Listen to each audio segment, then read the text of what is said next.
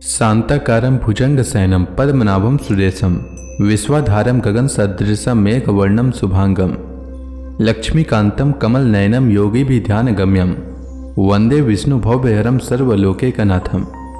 मंगलम भगवान विष्णु मंगलम गरुड़ध्वज मंगलम पुंडरीकाक्ष मंगलाय तनोहरि। ओम नमो भगवते वासुदेवाय।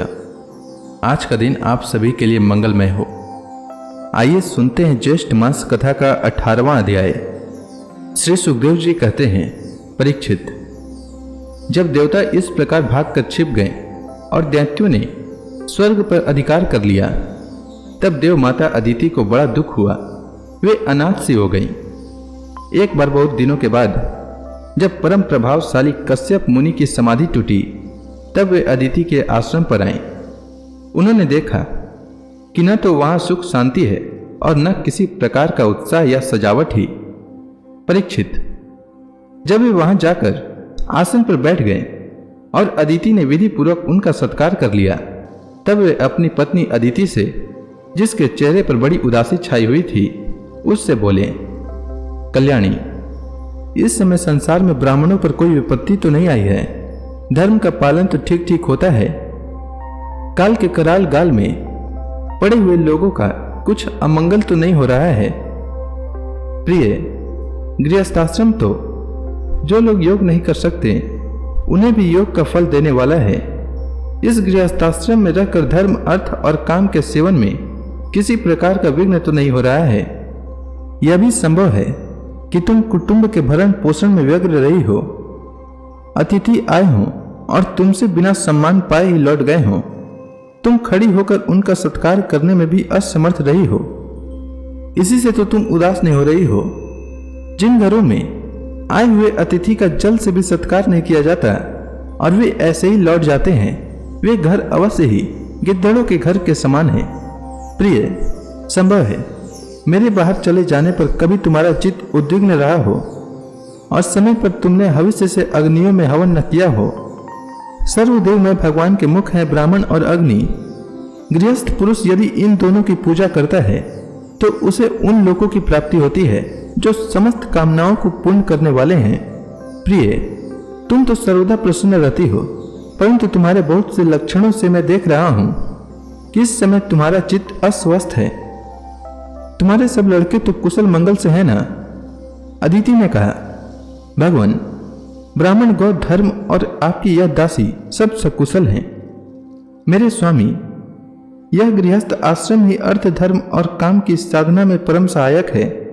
प्रभु, आपके निरंतर स्मरण और कल्याण कामना से अग्नि, अतिथि, सेवक, भिक्षुक और दूसरे याचकों का भी मैंने तिरस्कार नहीं किया है।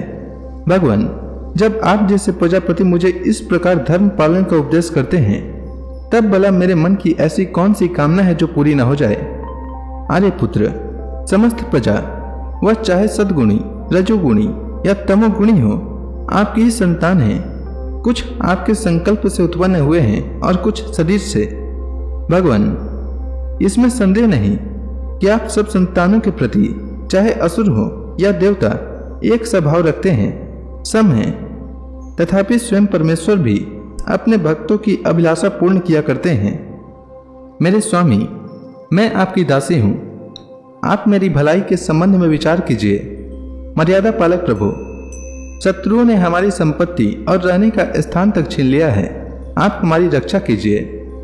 बलवान दैत्यों ने मेरे ऐश्वर्य, धन, यश और पद छीन लिए हैं तथा हमें घर से बाहर निकाल दिया है। इस प्रकार मैं दुख के समुद्र में डूब रही हूँ। आपसे बढ़कर हमारी भलाई करने वाला और कोई नहीं है। इसलिए मेरे हितैषी स्वामी, आप सोच विचार कर अपने संकल्प से ही मेरे कल्याण का कोई ऐसा उपाय कीजिए जिससे कि मेरे पुत्रों को वे वस्तुएं फिर से प्राप्त हो जाएं।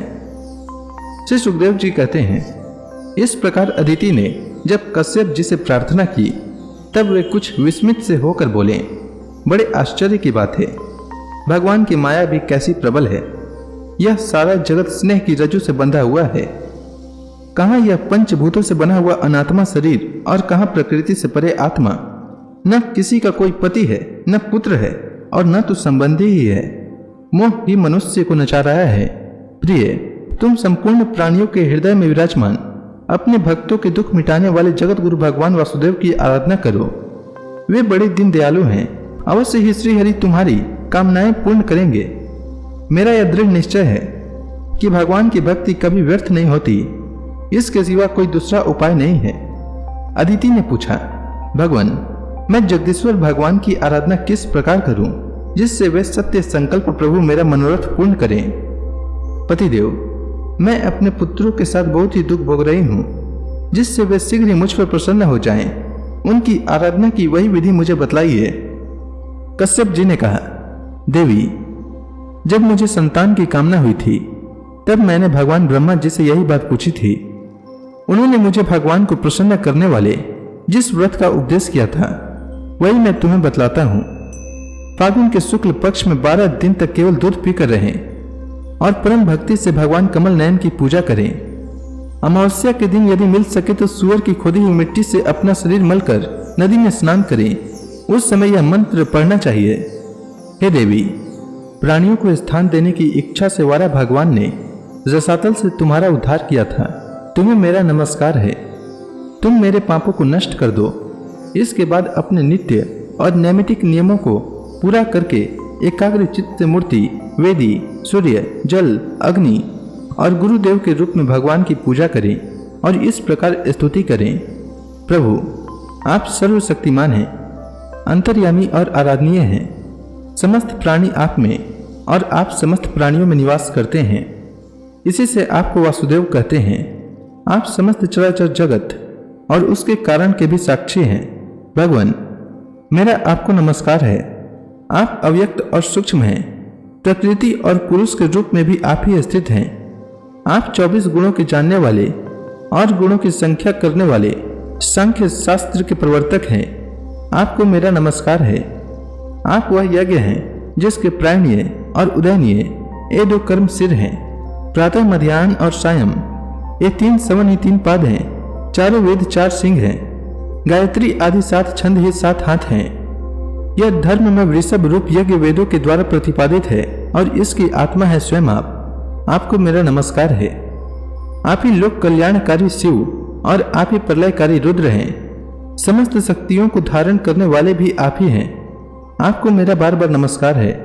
आप समस्त विद्याओं के अधिपति एवं भूतों के स्वामी हैं। आपको मेरा नमस्कार है। आप ही सबके प्राण और आप ही इस जगत के स्वरूप भी हैं। आप योग के कारण तो हैं ही, स्वयं योग और उससे मिलने वाला ऐश्वर्य भी आप ही हैं। हे हिरण्यगर्भ, आपके लिए मेरा नमस्कार है। आप ही आदि देव हैं, सबके साक्षी हैं। आप ही नर नारायण ऋषि के रूप में प्रकट स्वयं भगवान हैं। आपको मेरा नमस्कार है। आपका शरीर मरकत मणि के समान सांवला है। समस्त संपत्ति और सौंदर्य की देवी लक्ष्मी आपकी सेविका हैं। पीताम्बरधारी केशव, आपको मेरा बार बार नमस्कार है। आप सब प्रकार से वर देने वाले हैं, वर देने वालों में श्रेष्ठ हैं तथा जीवों के एकमात्र वर्णीय हैं। यही कारण है कि धीर विवेकी पुरुष अपने कल्याण के लिए आपके चरणों की रज की उपासना करते हैं। जिनके चरण कमलों की सुगंध प्राप्त करने की लालसा से समस्त देवता और स्वयं लक्ष्मी जी भी सेवा में लगी रहती हैं, वे भगवान मुझ पर प्रसन्न हों। प्रिय भगवान ऋषिकेश का आह्वान पहले ही कर लें, फिर इन मंत्रों के द्वारा पाद्य, आचमन आदि के साथ श्रद्धापूर्वक मन लगाकर पूजा करें। गंधमाला आदि से पूजा करके भगवान को दूध से स्नान करवाएं। उसके बाद वस्त्र, यज्ञोपवीत, आभूषण, पाद्य, आचमन, गंध और धूप आदि के द्वारा द्वादशाक्षर मंत्र से भगवान की पूजा करें। यदि सामर्थ्य हो तो दूध में पकाए हुए तथा घी और गुड़ मिले हुए साली के चावल का नैवेद्य लगावें और उसी का द्वादशाक्षर मंत्र से हवन करें। उस नैवेद्य को भगवान के भक्तों में बांट दिया स्वयं पालें। आचमन और पूजा के बाद तांबुल निवेदन करें।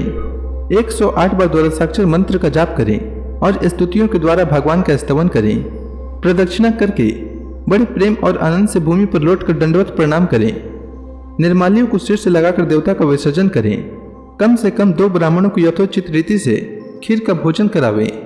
दक्षिणा आदि से उनका सत्कार करें। इसके बाद उनसे आज्ञा लेकर अपने इष्ट मित्रों के साथ बचे हुए अन्न को स्वयं ग्रहण करें। उस दिन ब्रह्मचर्य से रहें और दूसरे दिन प्रातः काल ही स्नान आदि करके पवित्रता पूर्वक विधि से एकाग्र होकर भगवान की पूजा करें। इस प्रकार जब तक व्रत समाप्त न हो तब तक दूध से स्नान कराकर प्रतिदिन भगवान की पूजा करें। भगवान की पूजा में आदर बुद्धि रखते हुए केवल पयोव्रती रहकर यह व्रत करना चाहिए। पूर्ववत प्रतिदिन हवन और ब्राह्मण भोजन भी कराना चाहिए। इस प्रकार पयोव्रती रहकर 12 दिन तक प्रतिदिन भगवान की आराधना, होम और पूजा करें तथा ब्राह्मण भोजन कराते रहें। फागुन शुक्ल प्रतिपदा से लेकर त्रयोदशी पर्यंत ब्रह्मचर्य से रहें। पृथ्वी पर शयन करें और तीनों समय स्नान करें। झूठ न बोलें, पापियों से बात न करें, पाप की बात न करें। छोटे बड़े सब प्रकार के भोगों का त्याग कर दें। किसी भी प्राणी को किसी प्रकार से कष्ट न पहुंचावें। भगवान की आराधना में लगा ही रहें। त्रयोदशी के दिन विधि जानने वाले ब्राह्मणों के द्वारा शास्त्रोक्त विधि से भगवान विष्णु को पंचामृत स्नान करावें। उस दिन धन का संकोच छोड़कर भगवान की बहुत बड़ी पूजा करानी चाहिए और दूध में खीर पकाकर विष्णु भगवान को अर्पित करना चाहिए। अत्यंत एकाग्र चित्त से उसी पकाए हुए चरु के द्वारा भगवान का यजन करना चाहिए और उनको प्रसन्न करने वाला गुण युक्त तथा स्वादिष्ट नैवेद्य अर्पण करना चाहिए। इसके बाद ज्ञान संपन्न आचार्य और ऋत्विजों को वस्त्र, आभूषण और गौ आदि देकर संतुष्ट करना चाहिए। प्रिय, इसे भी भगवान की ही आराधना समझो। प्रिय, आचार्य और ऋत्विजों को शुद्ध, सात्विक और गुण युक्त भोजन कराना ही चाहिए। दूसरे ब्राह्मण और आए हुए अतिथियों को भी अपनी शक्ति के अनुसार भोजन कराना चाहिए। गुरु और ऋत्विजों को यथा योग्य दक्षिणा देनी चाहिए। जब सब लोग खा चुके तब उन सब के सत्कार को भगवान की प्रसन्नता का साधन समझते हुए अपने भाई बंधुओं के साथ स्वयं भोजन करें। प्रतिपदा से लेकर त्रयोदशी तक प्रतिदिन नाच गान, बाजे गाजे, स्तुति, स्वस्ति वाचन और भगवत कथाओं से भगवान की पूजा करे करवाएं। प्रिय, यह भगवान की श्रेष्ठ आराधना है। इसका नाम है पयोव्रत। ब्रह्मा जी ने मुझे जैसा बताया था वैसा ही मैंने तुम्हें बता दिया। देवी, तुम भाग्यवती हो। अपनी इंद्रियों को वश में करके शुद्ध भाव और श्रद्धापूर्ण चित्त से इस व्रत का भली भांति अनुष्ठान करो और इसके द्वारा अविनाशी भगवान की आराधना करो। कल्याणी, यह व्रत भगवान को संतुष्ट करने वाला है, इसलिए इसका नाम सर्वयज्ञ और सर्वव्रत है। यह समस्त तपस्याओं का सार और मुख्य दान है।